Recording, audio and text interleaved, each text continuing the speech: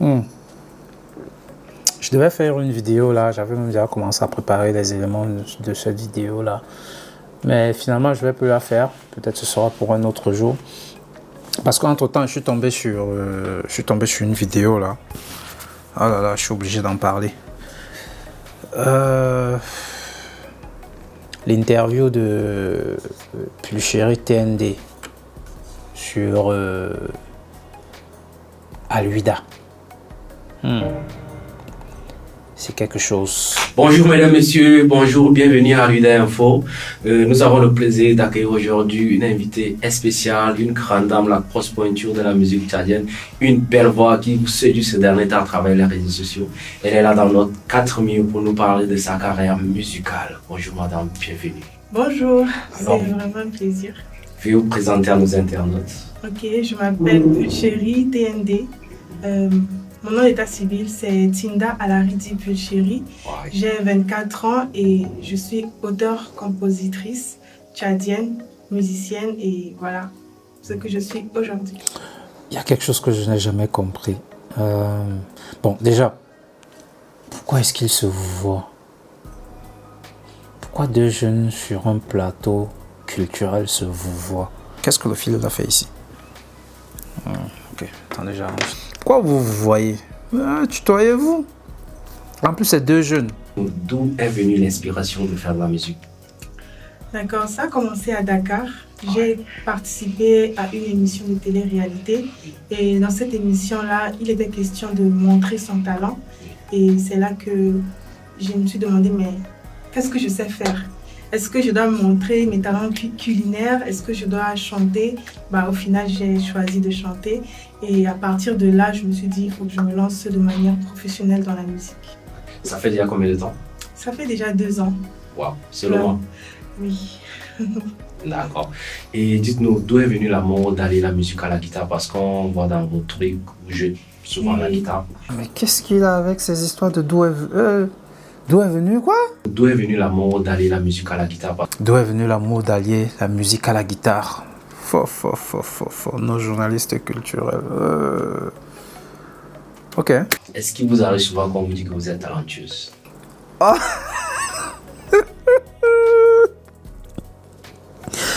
Ouais. Oh là là. Est-ce qu'il vous arrive souvent quand vous dites que... Hein? J'arrive même pas à répéter la question. Il dit quoi? Est-ce qu'il vous arrive souvent qu'on vous dit que vous êtes talentueuse? Waouh. Celle-là, il fallait aller la chercher. Oui. Parce que moi, particulièrement, quand on m'a présenté, je n'en revenais pas. Ben, elle s'est présentée, tu n'en revenais pas. Ben, elle a dit quoi? Elle t'a donné son nom d'état civil et son nom d'artiste. Je pensais que c'est Aya Nakamura, la voix. Ah, tu as cru que c'était Aya Nakamura? Il y a beaucoup de talent. Hein. Ouais. Alors, je crois que moi, je suis peut-être qu'un exemple parmi tant d'autres talents qui existent dans notre pays. Mais c'est juste que j'ai eu le cran de me lancer véritablement. Et parlez-nous de votre EP à venir qui sortira, je vais dire, le 20 mars, c'est ça? Le 20 mars, exactement. Parlez-nous de ça, c'est combien de titres, c'est quoi le projet derrière? D'accord, le thème c'est sérum de minuit. Oui. Non, plutôt sérum.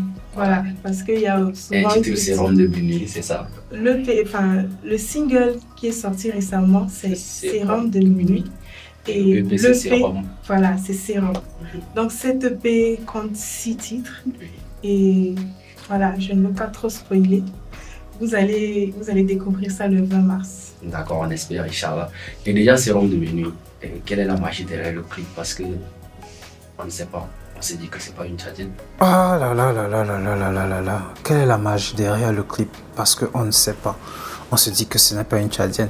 Et dit qu'il y a quelque temps, là, je suis tombé sur la vidéo d'un créateur. Je sais pas où.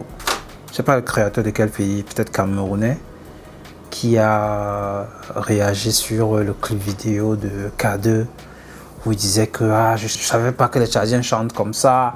Je savais même pas que les Tchadiens parlent français. Je suis rentré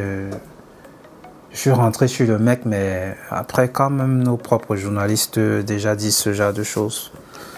Oh là là là là, c'est compliqué, hein? On a du chemin. Hein? Vraiment bien entourée, j'ai une très bonne équipe avec moi.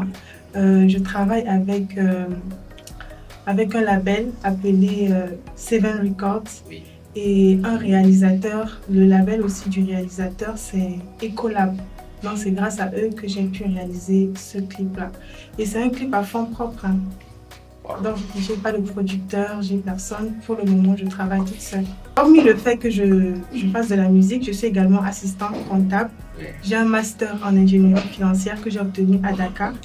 Et voilà pourquoi j'ai quand même un salaire à la fin du mois. Donc, à chaque fois que je... C'est gros le salaire? Non. 10 000. Non. Pas encore. Ouais. Peut-être avec le temps. Voilà. Donc, avec mon petit salaire, franchement, ça date de depuis fin 2024, début 2025. J'avais déjà en tête la vision que j'avais de ma musique. Donc, j'ai épargné. Genre, j'ai acheté un petit pot. J'ai écrit dessus projet clip. Et voilà, j'ai essayé de voir combien il me fallait pour réaliser un clip. Oui. Et chaque fin du mois, je retirais de l'argent pour ça. Plus chéri. Plus chéri TND. Il ne faut pas que plus chéri quand il la pense là que... tu avais un petit pot, tu as pris un papier, tu as écrit épargne argent du clip, tu as scotché sur le pot là et tu mettais l'argent là-bas pour faire le clip là. Ok, on prend. Alors déjà, Sérum de minuit, dites-nous, c'est votre histoire ou c'est une histoire inventée ou c'est quoi? C'est juste une imagination. Oui.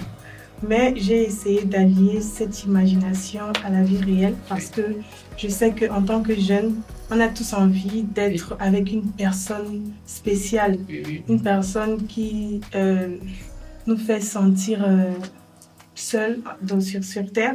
Donc, Sérum de minuit m'est venu juste par inspiration. Vous connaissez l'histoire de Cendrillon? Non, pas du tout. Vous connaissez pas Cendrillon? Non. Ah là là. Oh bon.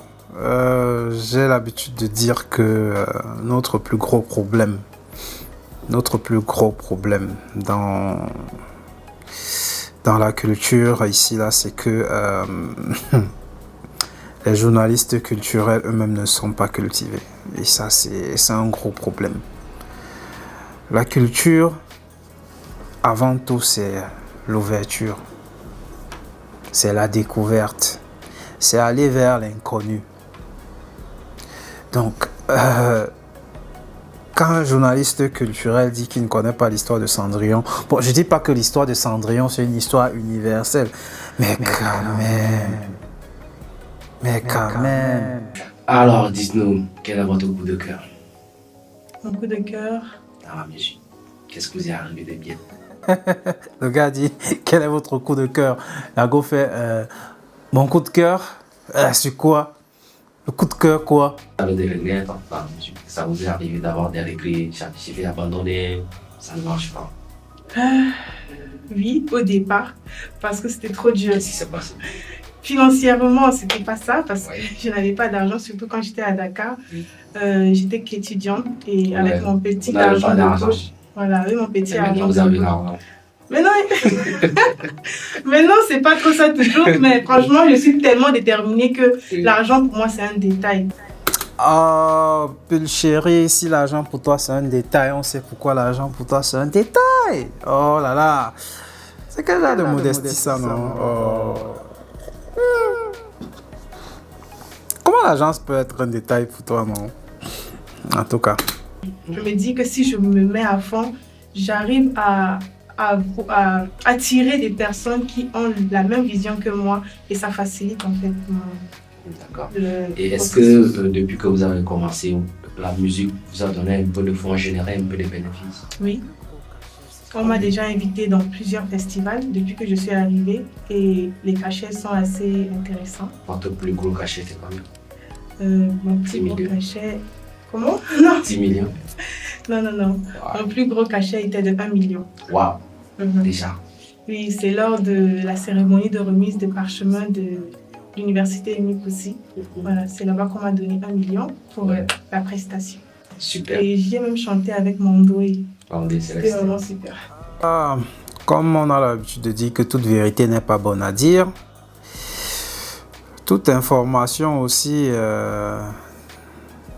n'est pas de nature à être divulguée. Donc, Pulchérie TND, lorsqu'on regarde par exemple sur les médias qui ont déjà eu à faire des articles sur elle, il y a, je veux dire quoi, 3 informations essentielles qu'on va retenir. Elle a étudié à Dakar. Elle est la fille du fondateur d'Emi Koussi. Elle est employée à Emi Koussi comme assistante comptable. Et elle vient de toucher son plus gros cachet à Emi Koussi. 1 million. J'espère que tes collègues Robinho de Souza et Cravate, qui ont fait une chanson à la gloire d'Emi Koussi,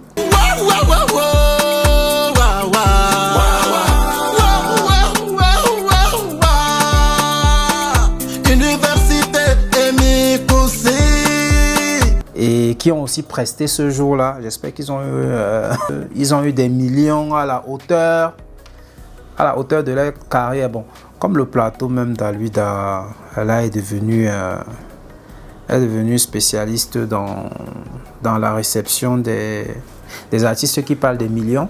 Il faudrait bien que le gars invite les deux là-bas pour qu'ils nous confirment qu'effectivement ils ont touché les millions. Comme toi. Parce que si ce n'est pas le cas... Bon, en tout cas, je pense quand même que c'est pas une information qu'il fallait donner. Et je pense que Pulchérie, 2 ans de carrière, une discographie encore méconnue du public, il faut le dire. Il y a d'ailleurs, toi-même tu le dis dans ton interview, et qui touche déjà 1 million de cachets. Et quand par hasard, à Emi Koussi, on se comprend.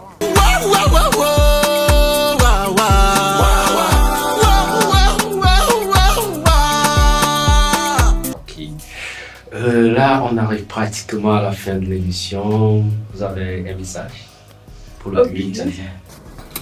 Ah, au moins, la question a changé. Ce n'est plus quel est ton message à la jeunesse. Non, c'est message au public tchadien. Le message que j'ai pour le public tchadien, c'est de vraiment me soutenir. Oui. Et avant ça, je dis d'abord merci à tous ceux qui me soutiennent déjà, parce que c'est vraiment quelque chose qui compte beaucoup. Donc chaque like, chaque commentaire, chaque partage, c'est vraiment... c'est grâce à ça que j'écris mon histoire. Donc je vous dis infiniment merci. Et pour ceux qui ne me connaissent pas, je vous invite à me suivre sur mes différentes pages. C'est Pulchérie TND partout, sur TikTok, Facebook, YouTube, Instagram, ça dépend. Donc, je réponds à tout le monde. Hein. Bon, c'est un exemple parmi tant d'autres. Hein. Je pense quand même que nos journalistes culturels doivent faire plus d'efforts que ça.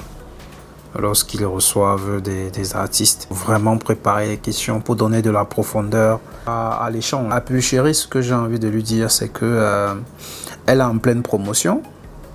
Donc, c'est une artiste qui est en train de se présenter au public tchadien. Donc, ça veut dire que tu as encore le temps de construire ton image. Tu es en pleine promo de ton EP. Lorsqu'on est en promo, le plus important pour un artiste qui est en promotion, c'est de maîtriser le narratif autour de soi. Il faut maîtriser le narratif autour de ta personne. Il faut maîtriser le narratif autour de ton projet. C'est hyper important. Tu as le droit de préalablement demander le protocole d'interview pour que tu puisses préparer tes réponses déjà et pour que aussi tu puisses avoir ton avis sur les questions qui te sont posées. Je me rappelle la fois où on avait organisé la conférence de presse de Dadju lorsqu'il était venu prester ici.